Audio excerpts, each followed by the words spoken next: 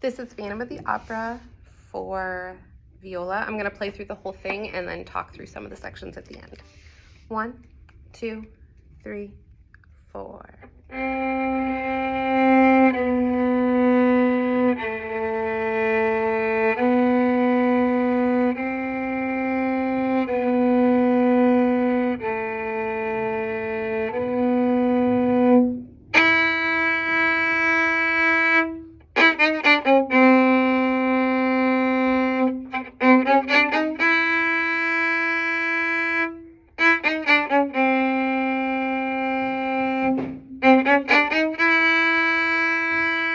Two, three, four, 1, 2, 3, 4, 1, 2, 3, 4, 1, 2, 3, 4, 2, 3, 4, 1, 1, 2, 3,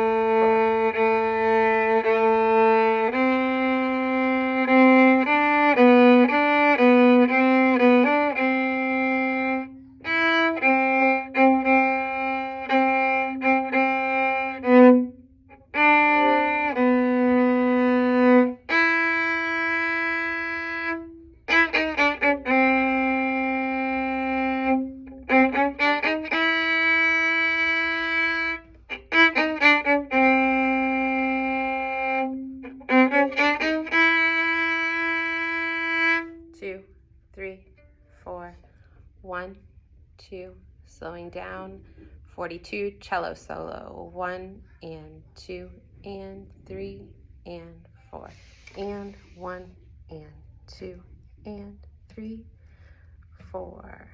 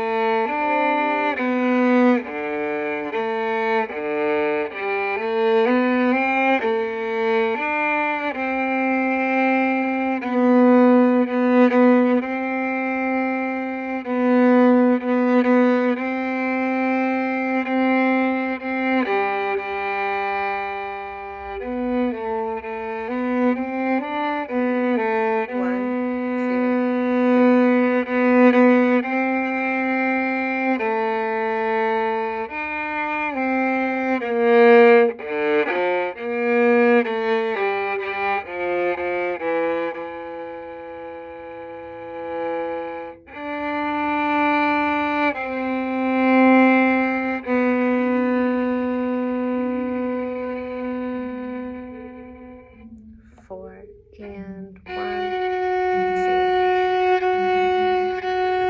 1, 2, 3, 4, and 1. 1 and 2 and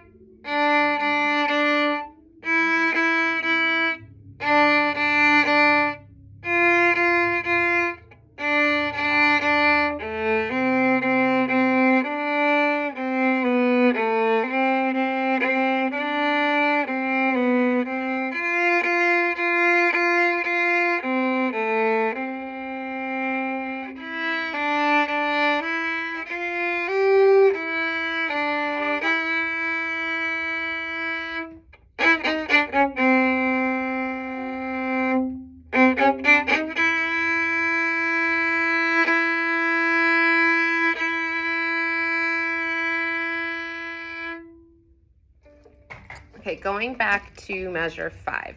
This is where we have all the accidentals in Phantom of the Opera. So measure 5, we start with that whole note on an E, first finger on the tape. When we get to the next measure, we have the 8th note, so you have an E. The D sharp is gonna be a low 1, so you're gonna move that first finger back behind the tape. Lift up to play an open, and then the next note is a C sharp. So we're gonna put our 4th finger. We're gonna set us at a high 4, so it's between the 3rd and 4th tape, and your 3rd finger is gonna fall on the 3rd tape for the C. So it'll be E, low 1, open, low 4, 3. And then in the next measure, you'll just go back up. 3, low 4, open, low 1, and then first finger up on the tape. And that repeats again when you have it at 31. In measures 24, 25, check my marked part and use the 4th finger instead of an open so that you don't have to cross strings, switch strings during a slur. Then we're gonna jump down to All I Ask of You. So at measure 42, you rest for 2 full measures while the cellos are playing the solo. You come in when the violins pick up the solo. The key has now changed, so we have an F sharp, so that first note where the mezzo piano is at measure 44 is a high 2 on the tape. Then you have an E. The next note is an F natural, and you have a slur from an F natural to an F sharp. So we could play a low 2 to a high 2, but it might sound a little sloppy trying to slide it. So the easiest thing is, after we play the first measure, F sharp to E, high 2 to low 2, slide your first finger up to an F natural, so between the tapes, and then that 2nd finger will fall on the tape. So starting at 44, high 2, first finger, next measure, slide up a half step, and then on the tape. In measures 48 and 49, I know you don't want to, but play the 4th finger. Every time it says 4th finger on the open D, on the D, don't play an open, play the 4th finger. There's too many slurs. Starting at 50, it's forte, big bows, lots of slurs, use really big bows, and then watch because you have a C natural. So on the A string, you're gonna play low 2. When you cross over to D, you're gonna play F sharp, so high 2.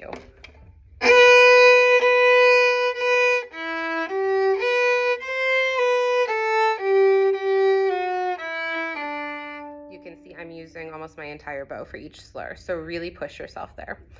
At measure 60, this is music of the night, and you have the melody with the cellos. However, you are playing lower on your instrument than the cellos, so it is very important that you get that bow set close to the bridge and add a lot of weight so that your notes can be heard. If you're too close to the fingerboard or if you're not using enough weight, we won't be able to hear you over the cellos at all. And then jumping to 70, these couple measures here, you have a B flat, so look in measure 71, measure 72.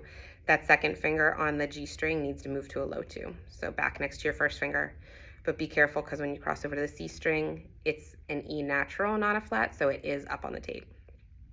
So those measures, starting on measure 71, low 2, low 2, and then a high 2 on the C string. In measure 78, watch your counting.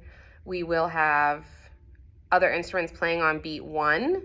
They're playing that music of the night theme, so you have to be careful that you're hearing them on beat 1, and you're always playing on the and of 1, the and of 3.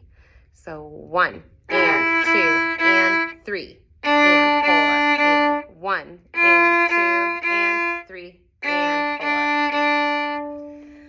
Aside from that, just check the marked parts for when you have high 2s, low 2s through the end of this piece. And at 87, make sure those accents and the forte are set close to your bridge, low in your bow, and lots of weight.